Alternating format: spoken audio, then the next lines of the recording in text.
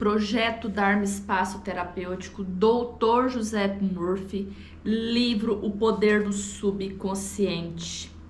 Nós estamos no 4º capítulo, Curas Mentais nos Tempos Modernos. Hoje nós vamos fazer a leitura da página 71, Relatos Bíblicos de Uso dos Poderes do Subconsciente. Quando o Dr. José Murphy fala de curas nos tempos modernos, traz aquela impressão daqueles curadores, daqueles místicos que levavam muito a sério o trabalho místicos, que hoje tem, mas que é distante, às vezes, do nosso dia a dia, do nosso cotidiano.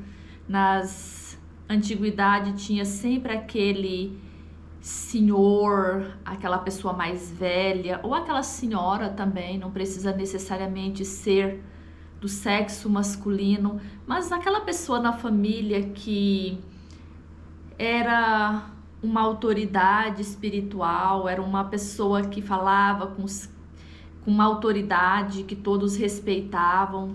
Hoje tô falando por mim, tô falando dentro do meu convívio, do meu loop. A gente quase não se vê falar.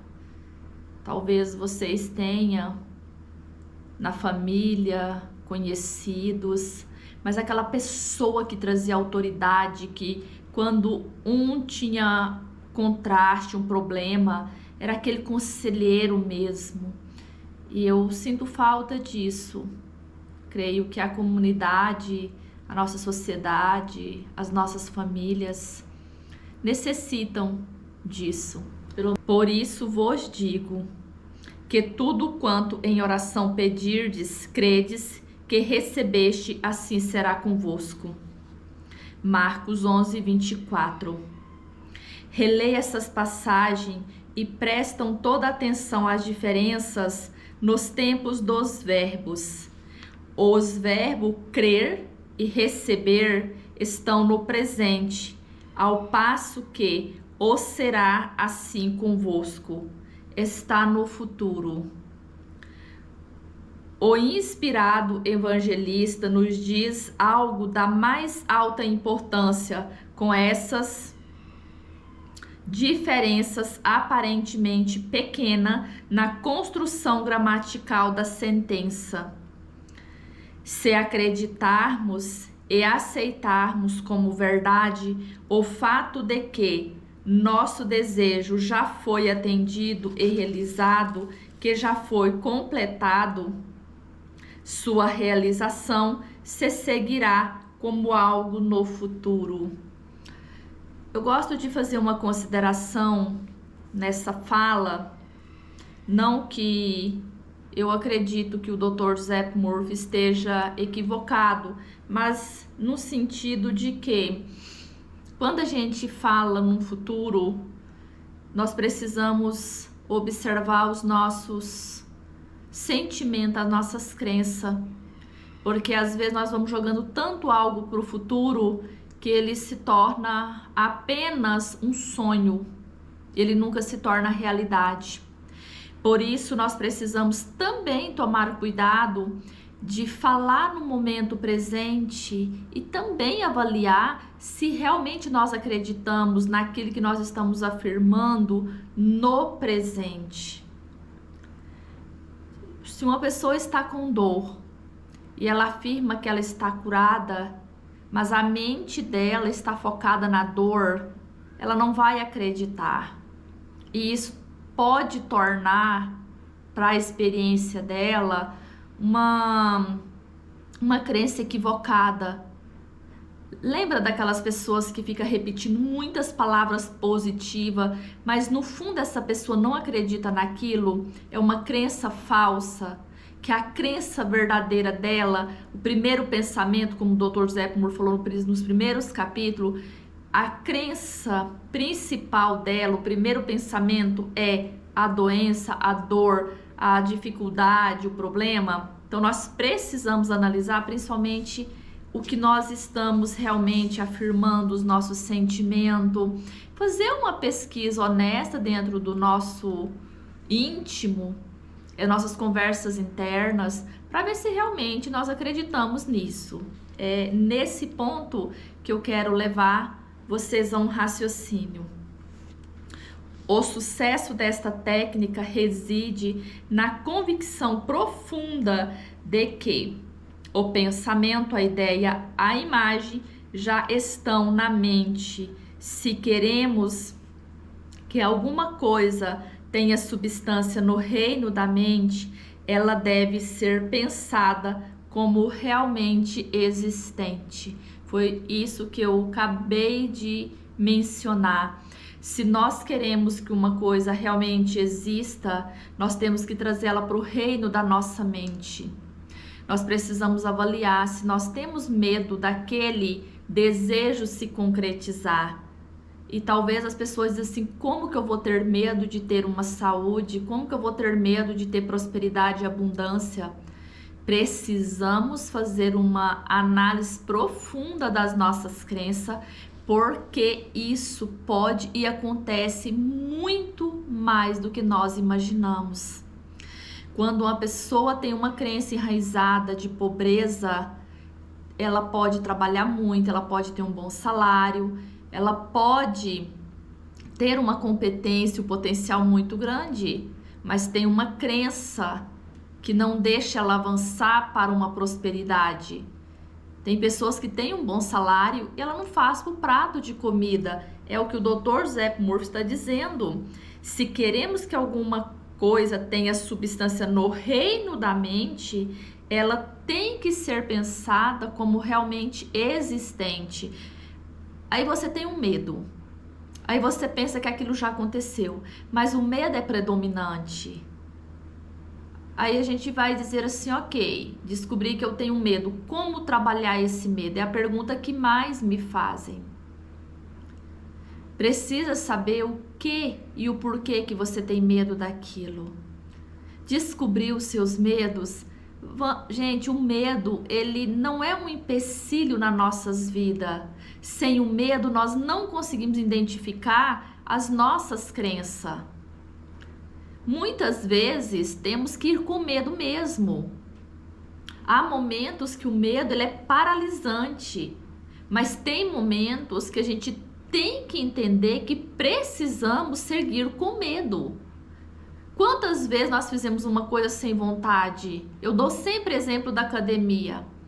Eu não gosto de ir para academia, mas eu vou todos os dias sem gostar. Se eu for observar os dias que eu estou com vontade de ir para academia, nesses 8 anos que eu treino, eu teria ido no máximo 1 ano.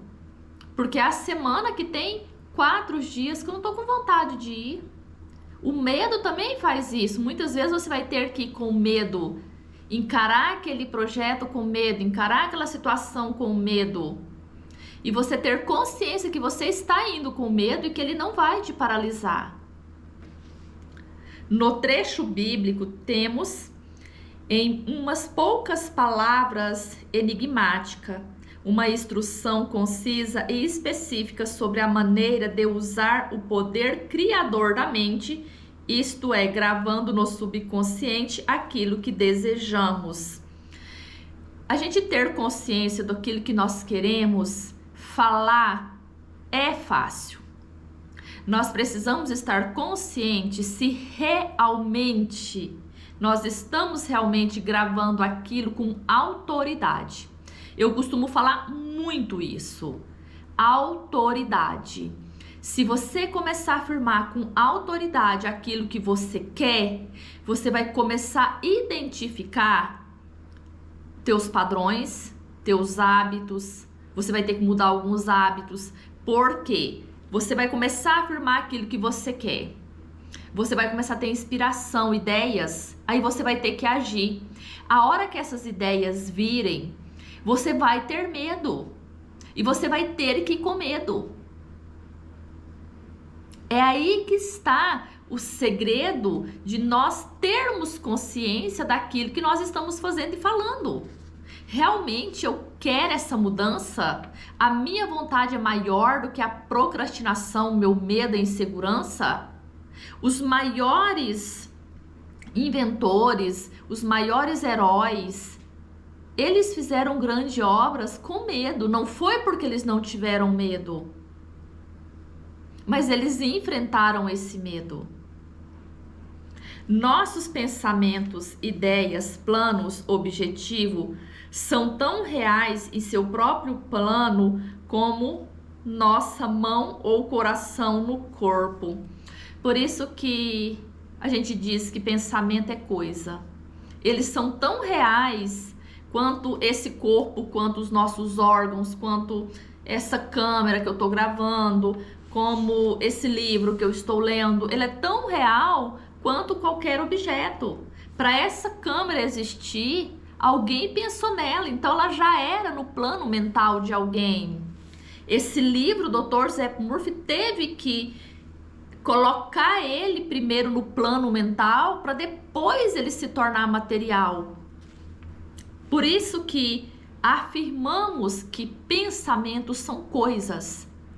A dificuldade em alguns momentos das nossas vidas é dizer, mas eu penso uma coisa, eu penso nisso. Por que que não acontece? Precisa rever se esse pensamento ele está mesclado com outro desejo junto, medo, dúvida, insegurança.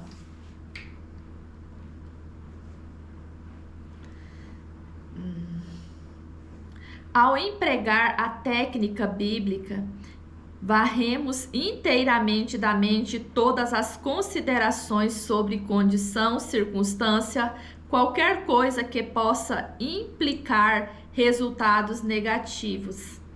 Estamos plantando na mente uma semente, conceito, que se deixarmos em paz, germinará sem falta e fará fruição externas.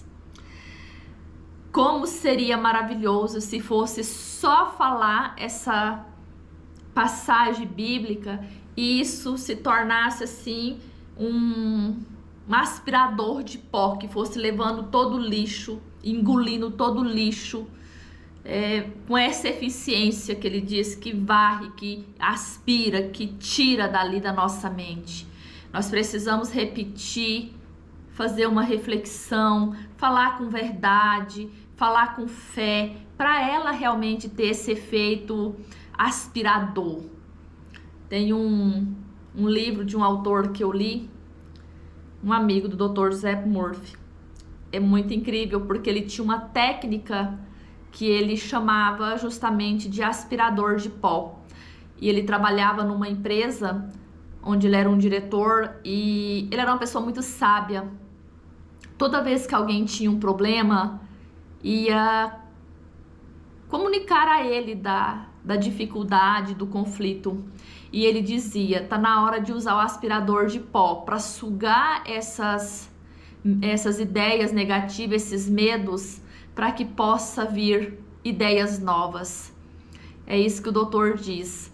Uma passagem bíblica, um versículo da Bíblia, é um aspirador de pó. Mas por que que as pessoas sabiam que ele fazia isso e por que que precisava buscar ele ao invés da pessoa fazer por ela só? Porque ela não tinha essa confiança, essa segurança. Se não qualquer um tivesse uma Bíblia, teria uma coragem de Moisés.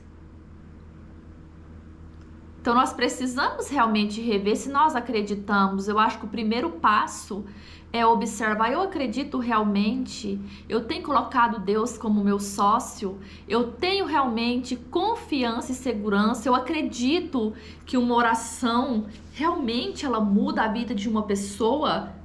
Eu já li muitas vezes, eu já vi pessoas falar, mas eu acredito realmente. Essas perguntas nós temos que fazer a nós mesmos antes de qualquer prática, porque você vai passar isso para alguém. No momento de dificuldade de uma pessoa, você vai querer dar um conselho. Talvez você vá usar essa. E a pessoa vai duvidar. Porque você não passa com autoridade, você não viveu as experiências. Você não vai contar uma história, dizer, olha, em alguns momentos da minha vida, eu tive um momento muito difícil. E eu usei essa passagem, eu usei essa prática. E salvou meus negócios, salvou a minha vida, salvou minha condição que estava desconfigurada de saúde, para uma saúde, para um equilíbrio, sair daquela enfermidade.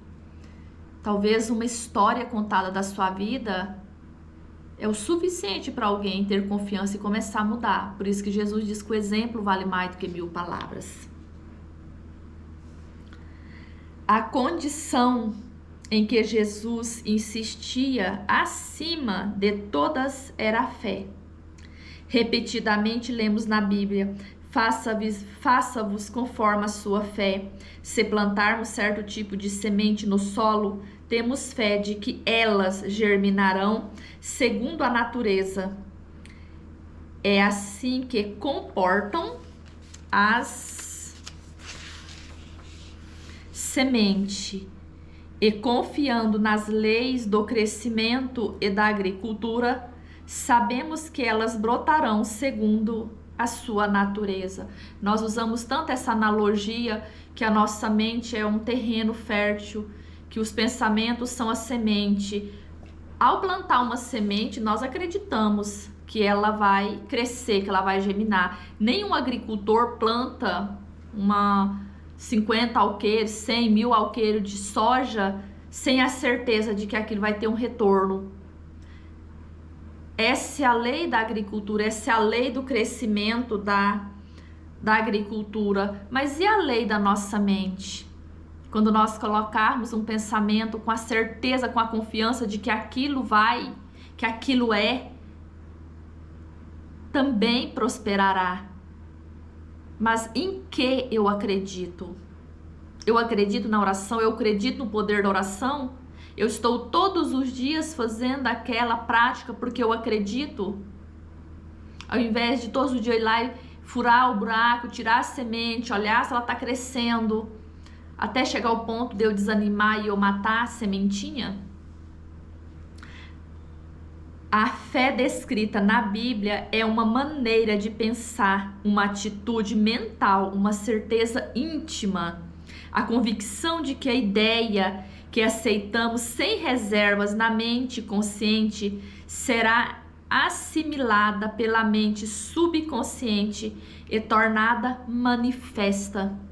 A fé é, em certo sentido, a aceitação como verdade daquilo que nossa razão e sentidos negam. Gente, isso é tão belo. A fé é a certeza. A fé é uma certeza íntima, é uma convicção daquilo que os nossos sentidos físicos negam.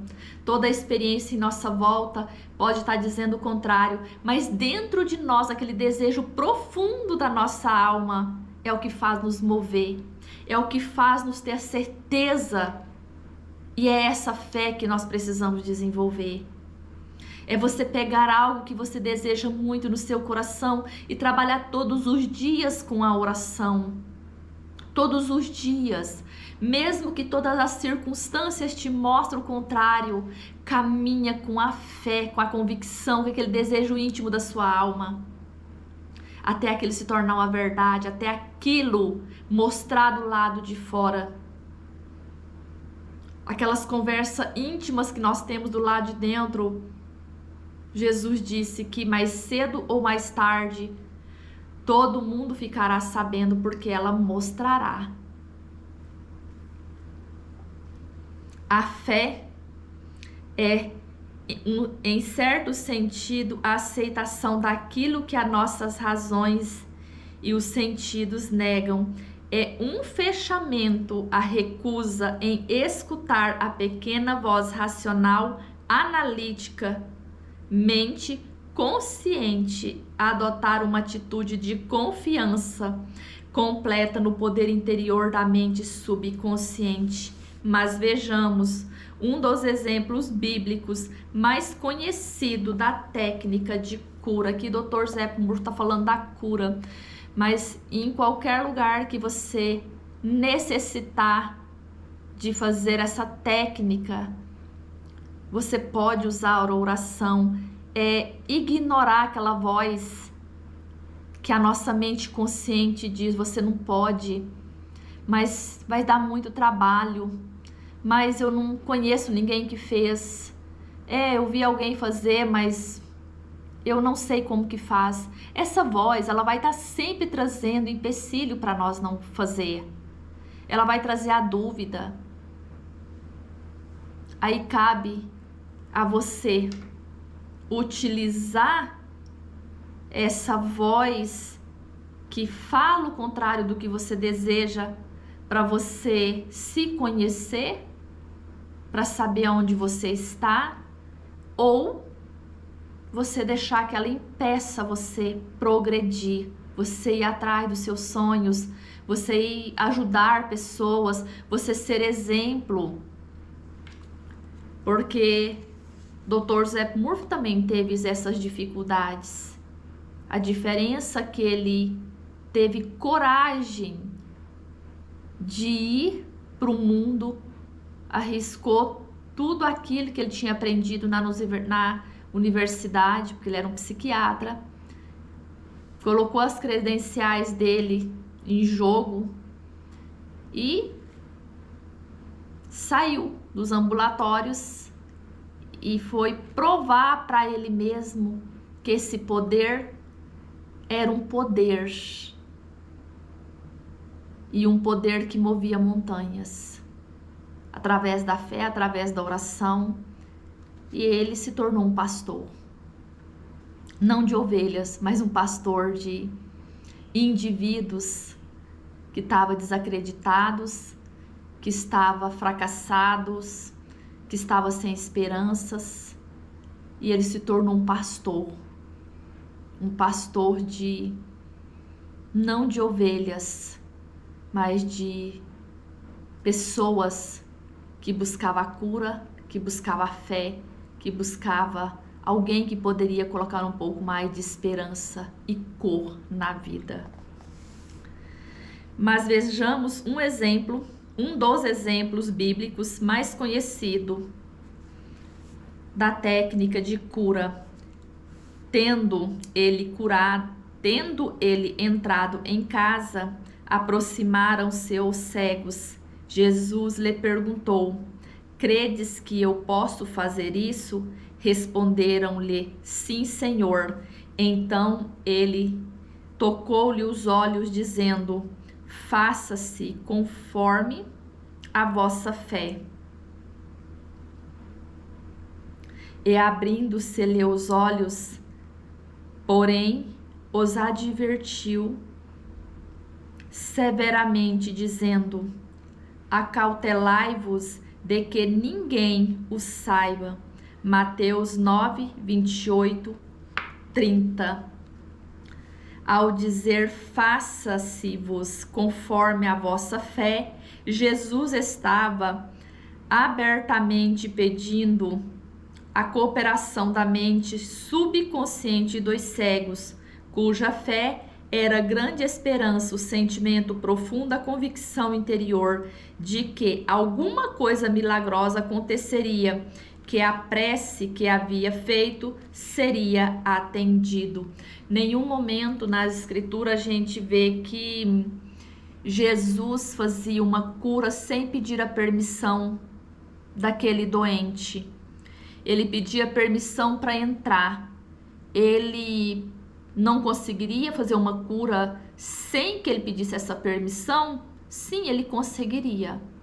Tanto que muitas pessoas aproximavam dele a distância, quilômetros. Conta-se os evangelistas que havia curas sem que ele tocasse na pessoa, sem que ele fizesse uma oração, mas porque a fé de Jesus, ele já tinha se tornado um com esse poder universal. Ele era um com o poder universal.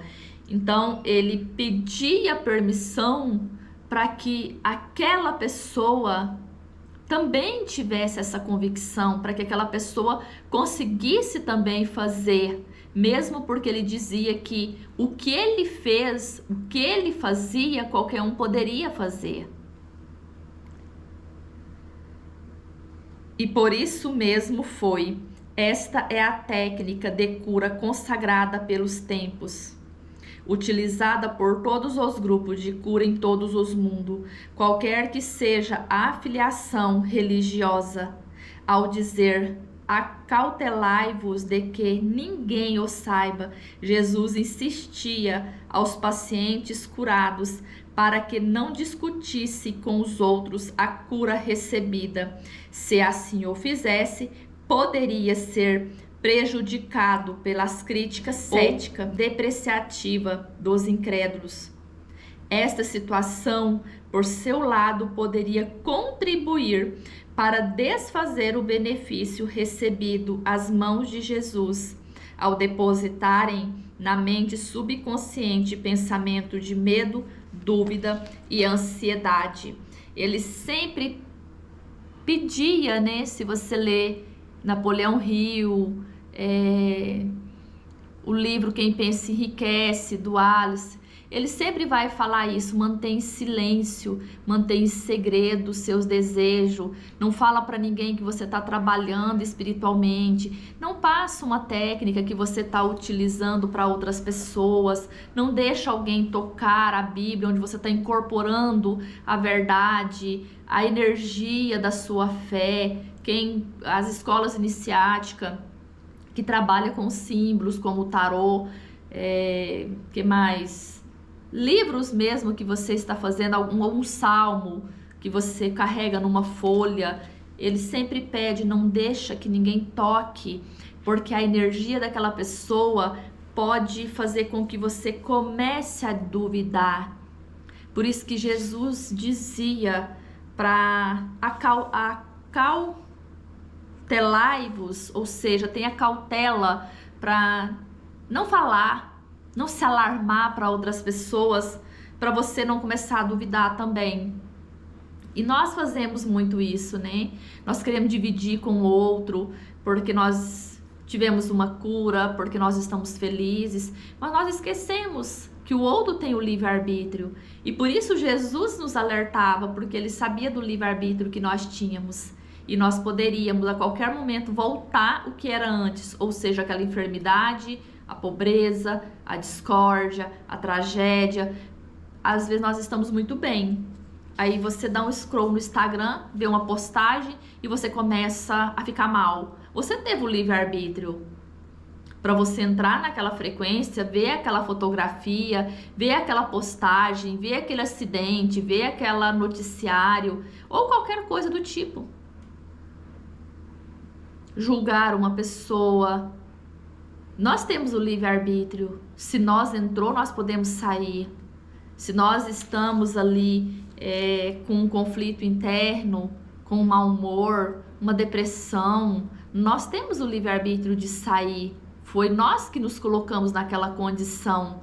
Por isso que Jesus disse para nós termos cautela. Não só nesse ponto, mas ele foi muito sábio em dizer para nós observar o que nós comemos, com quem nós andamos, o que nós queremos. Isso tudo foi nos ditos. Que palavra é esta? Pois que, com autoridade e poder, ordena aos espíritos imundos e eles saem. Lucas 4:36. Quando buscaram os enfermos, foram curados por sua própria fé, justamente com a fé e a compreensão de Jesus do poder curador da mente subconsciente. Tudo que decretava ele, Jesus, sabia no íntimo que era verdade. Jesus e os necessitados de ajuda era uno com a mente subjetiva universal, a certeza e convicção interior de Jesus sobre o poder curador mudar a configuração destrutiva negativa do subconsciente dos enfermos. Acho perfeita essa colocação dele, porque é uma configuração. Qualquer momento que você quiser configurar outra coisa, você tem o livre-arbítrio. É a fé, acreditar. E a oração é uma ferramenta poderosíssima que nós podemos. Ela traz a nós ideias. Ela traz a nós, ela conecta nós com a fonte da criação. E nós podemos ser muitos criativos nesse mundo material, mas nós precisamos saber se realmente nós acreditamos nesse poder da oração. As curas resultantes foram a resposta automática a uma mudança mental interna.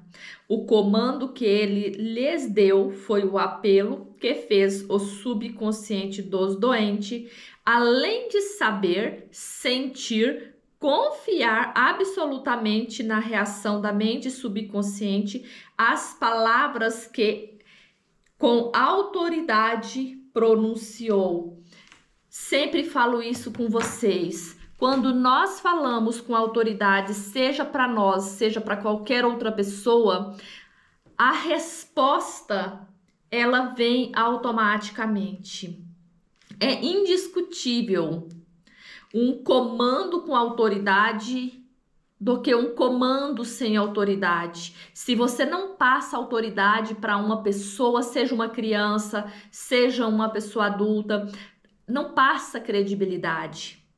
A gente duvida se aquela pessoa realmente da fala daquela pessoa. Não necessariamente que a gente vai desacreditar que essa pessoa esteja falando a verdade, mas não passa credibilidade. Às vezes a pessoa até sabe, mas a autoridade que ela fala muda toda a configuração. Por isso que o Dr. José Murphy diz que essa configuração pode ser mudada quando nós falamos com autoridade. Quando você fala com autoridade, você passa confiança, seja para você, seja para o outro. Então, nos próximos capítulos e nas nossas próximas aulas, nós já vamos compreender por que o Dr. José Murphy trabalhava tanto dentro da ciência mental. Até a nossa próxima aula.